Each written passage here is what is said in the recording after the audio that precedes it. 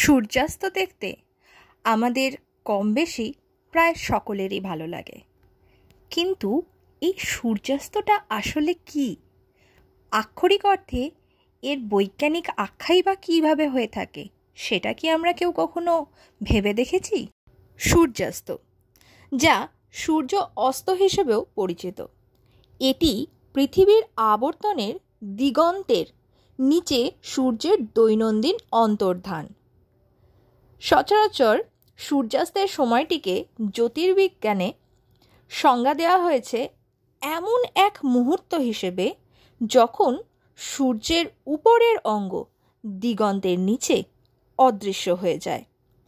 দিগন্তের কাছাকাছি বায়ুমণ্ডলীয় সূর্যের আলোকে বিকশিত হওয়ায় যে জ্যামিতিকভাবে একটি সূর্যাস্ত পরিলক্ষিত হয় তাকে জ্যামিতিকভাবে সৌর ডিস্ক দিগন্তের প্রায় এক ব্যাসের নিচে থাকে। সূর্যাস্তটি গোধূলি থেকে সম্পূর্ণই পৃথক। এই সূর্যাস্ত প্রায় 3টি পর্যায়ে বিভক্ত। তার প্রথমটি হল সিভিল ওয়াই লাইট, যা সূর্য দিগন্তের নিচে অদৃশ্য হয়ে যাওয়ার পরে শুরু হয়। এটি দিগন্তের নিচে অবধি অবিরত থাকে। দ্বিতীয় পর্যায় নটিক্যাল গোধূলি, দিগন্তের নিচে 6 থেকে 12 ডিগ্রির মধ্যে এর অবস্থান। এবং তৃতীয় স্তর জ্যোতির্বিজ্ঞানের গোধূলি, যা সূর্য দিগন্তের নিচে 12 থেকে 18 ডিগ্রির মধ্যে থাকে। এরপর যখন সূর্য দিগন্তের নিচে 18 ডিগ্রিতে পৌঁছয় আর আকাশকে কোনোভাবেই আলোকিত করতে পারে না, সেই সময়টিকে জ্যোতির্বিদ্যায় সন্ধ্যা বলা হয়ে থাকে। আচ্ছা, আমরা কি কখনো ভেবে দেখেছি এই সূর্যাস্ত কিংবা সূর্যোদয়ের সময় আকাশটা এতটা সুন্দর রঙিন কি করে হয়ে ওঠে?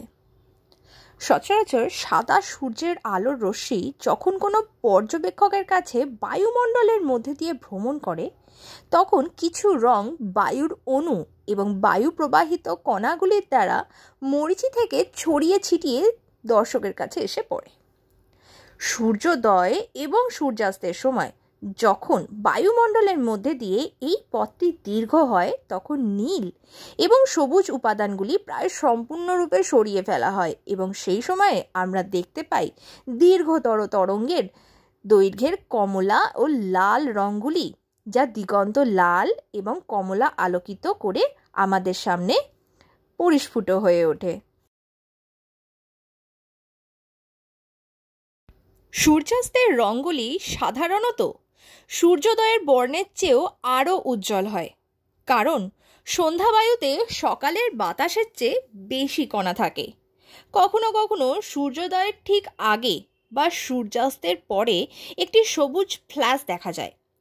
আগ্নেয়গিরির অগ্নুৎপাত থেকে ছাই ট্রপোস্ফিয়ারের মধ্যে আটকা পড়ে এবং নিঃশব্দে সূর্যাস্ত এবং সূর্যোদয় বর্ণের দিকে তা ঝোঁক নেয়। যখন আগ্নেয়গিরির উদ্গীরণটি পরিবর্তে স্ট্র্যাটোস্ফিয়ারে লোফট করা হয়, অর্থাৎ ছোট ছোট সালফিউরিক অ্যাসিডের ফোঁটাগুলির পাতলা মেঘ হিসেবে তৈরি করে এবং আফটার গ্লো স্যান্ড নামক সুন্দর সূর্যাস্তের রং পেতে পারে, সূর্যোদয়ের ঝলক, যা 1991 সালে মাউন্ট পিনাতুবো এবং 1883 সালে কাকরাতুয়া সহ বেশ কয়েকটি অগ্ন্যুৎপাত বিশ্বজুড়ে উল্লেখযোগ্য সূর্যাস্তের মধ্যে পড়ে। এছাড়াও প্রাক সূর্যোদয় আলোক উৎসর্গ করার জন্য পর্যাপ্ত পরিমাণে স্ট্র্যাটোস্ফেরিক সালফিউরিক অ্যাসিড মেঘ উৎপাদন করে, যার ফলে মেঘগুলি লালচে সূর্যরশ্মি প্রতিবিম্ব করে, যা এখনও সূর্যাস্তের পরও তার পৃষ্ঠে আমাদের নিচের স্তরে দেখা যায়। গোধূলির সময় সূর্য ডুবে যাওয়ার পরে সূর্যাস্তের সময় কিছু বিচিত্র রঙগুলি ঠিক উল্টো দিকে অর্থাৎ পূর্ব আকাশে দেখতে পাওয়া যায়।